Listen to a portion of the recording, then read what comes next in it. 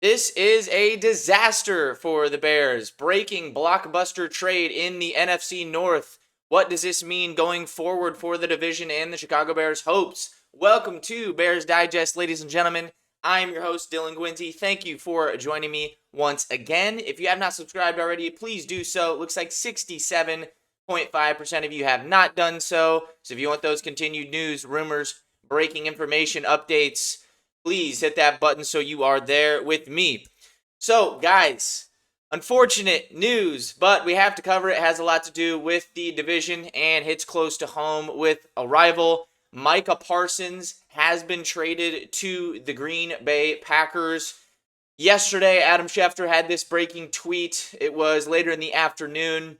Micah Parsons was sent over to the Green Bay Packers from the Dallas Cowboys. I covered it briefly yesterday on the video previously, but wanted to spend some more time on it, kind of let the situation play out into today, Friday, and kind of discuss what this means going forward, what we have to prepare for, what this looks like, everything like that. Overall, the first thing that I want to state here is Jerry Jones is a travesty, right? We are lucky that we don't have to deal with something like that as of yet. I will say, at least I am thankful as a Bears fan that we do have people that understand football and understand what this means to the fans. Whether or not they go about it the right way, in our opinion, whatever, right? But a move like this is an absolute tragedy for a franchise. Whether it works out okay for the Cowboys or not, you don't trade away Hall of Fame players at premier positions. You just don't do it, especially when they're 26 years old, like Micah Parsons is. He now goes to the Packers to push them into Super Bowl contender status. I know we hate to hear it, but overall, after the dust has settled a little bit, I'm not one to, get worried about it or, get too down in the dumps for something like this. This is a move that you make as a team when you expect to contend for a title, when you feel like you are one piece away from being a very, very good football team. And that's kind of where the Green Bay Packers were at. I think people have different opinions on where their roster is. I specifically think there's more holes than just filling it with Micah Parsons to make them a Super Bowl contender, or at least NFC contender on this side of things. But overall, I think they're going to be right there, right? And the one thing with this Micah Parsons trade is, one, they should win the division, and they should be going for a Super Bowl. I don't want to say Super Bowl or bust, but it kind of is over the next couple of years. We saw this when Matt Stafford went to the Rams, right? Different situation, of course, but similar, right? Same conference, traded a quarterback, which is more important than edge, but you could argue it's not very far, right? You want to have quarterback and edge locked down. That's what all the good teams have. So when Matt Stafford got traded to the Rams, they went all in on a championship right away, and they got it, right? After that, their resources were so slim for quite a while, and they had to hit on late draft picks, early draft picks, all of the draft picks that they had in the future because they gave up those first round picks for Matt Stafford. And they actually did pretty darn good at hitting on those draft picks going forward. But as you saw, they've had a couple of down, rough seasons since that point. But they got what they wanted. They won a Super Bowl, right? And now the Lions are also going to do that. So that one kind of worked out for both sides. Now, I don't think we're going to see the same here, or at least in the immediate future. With the Cowboys, I think they're going to be a whole heck of a lot worse than we had thought kind of going into the year or in this offseason. I personally thought they were going to be pretty good. Now you can kind of base teams' moves off of what their thoughts are for that season. And just what the Cowboys are doing, how they're acting. I don't have any confidence in them this year. So we'll see how that plays out. That's the beauty about the NFL and everything like that. You never know what truly is going to happen, but it really does look like the Packers are going to be going for a title this year or next, and the Cowboys are kind of rebuilding and seeing what they can do after letting go of Micah Parsons and not having to pay him that money. So going forward, what does this mean for the Bears? One, here's some of the compensation, right? So Micah Parsons is getting paid $188 million total. Guarantee is a little bit lower than that. Overall, his number, I think, comes out around $47 million a year. Jordan Love's contract is also close to that. His is more. And when you are talking about cap space, cap management, and everything like that, this is why it kind of turns into Super Bowl or bust over the next 2 years for the Green Bay Packers, because they have over $100 million in cap tied to 2 players. Now, granted, I'm not going to be here. I'm not going to sit here and be a homer, things like that. But over $100 million in 2 players is a lot. Now, on the flip side of that, it's the 2 most important positions, and they're 2 good players at those spots. So, that's fine, neither here nor there. But overall, if it doesn't work out, if something, God forbid, happened to Jordan Love, if, Micah Parsons went down for some amount of time, injuries happen, right? Nobody wants that to happen, but if things start to turn the wrong way, you're in serious trouble with cap space going forward. They're not going to have resources in terms of first-round picks that they gave up for Micah Parsons. They sent over 2 first-round picks, including Kenny Clark, which we'll touch on here soon as well. So their resources are very limited going forward in the next couple of years. So they have to win right now.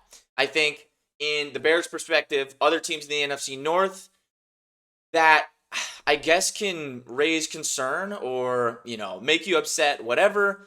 Overall, in my opinion, this is kind of taking pressure off of other teams, right? Green Bay is going all in. You could say the Lions are too, maybe. I just think they're going to be a good team regardless. I wouldn't say they're like going all in or anything like that with any moves that they've made, but the Packers are doing that.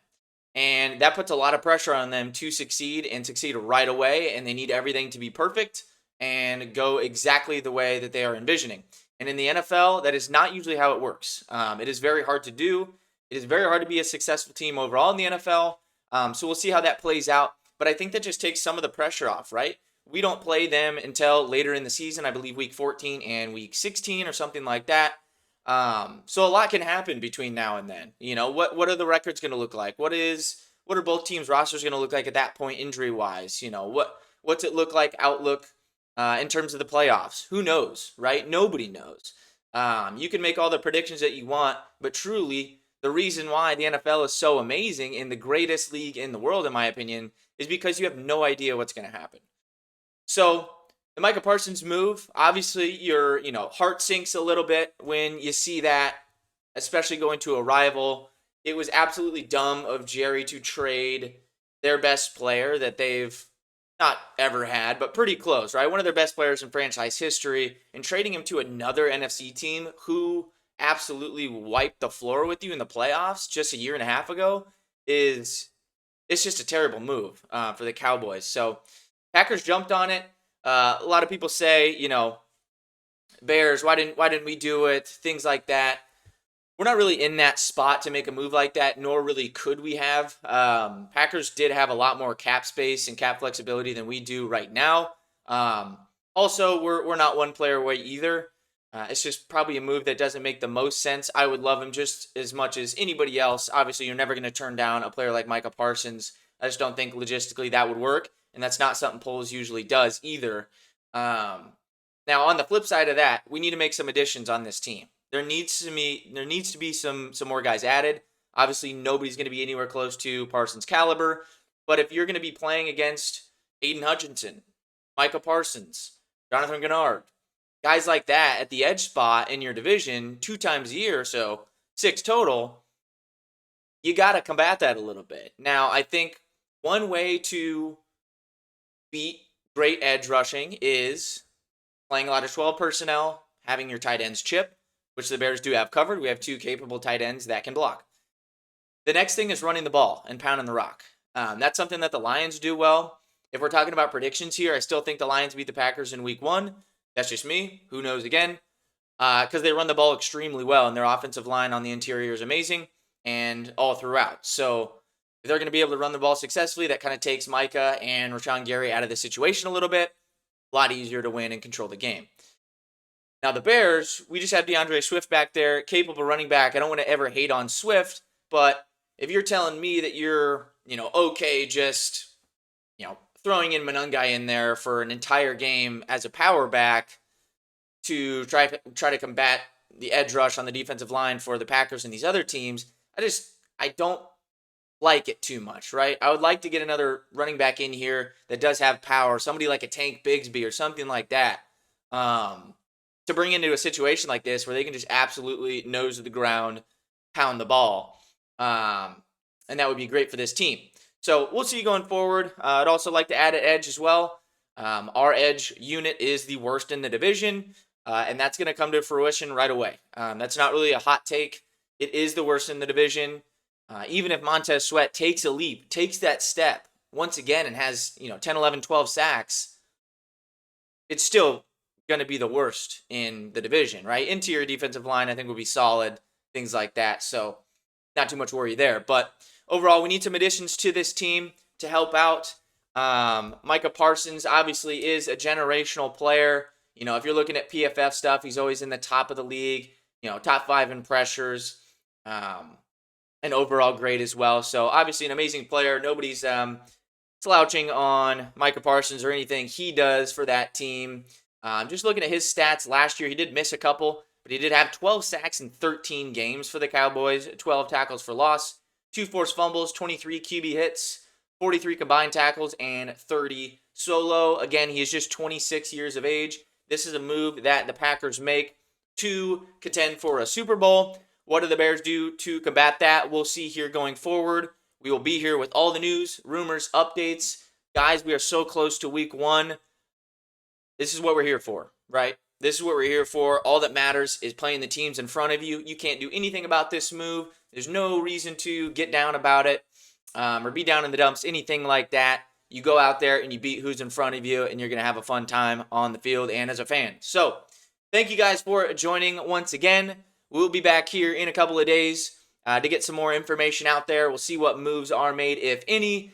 And next week officially is Vikings game prep. So thank you guys again for joining. Please subscribe if you have not already. As always, bear down.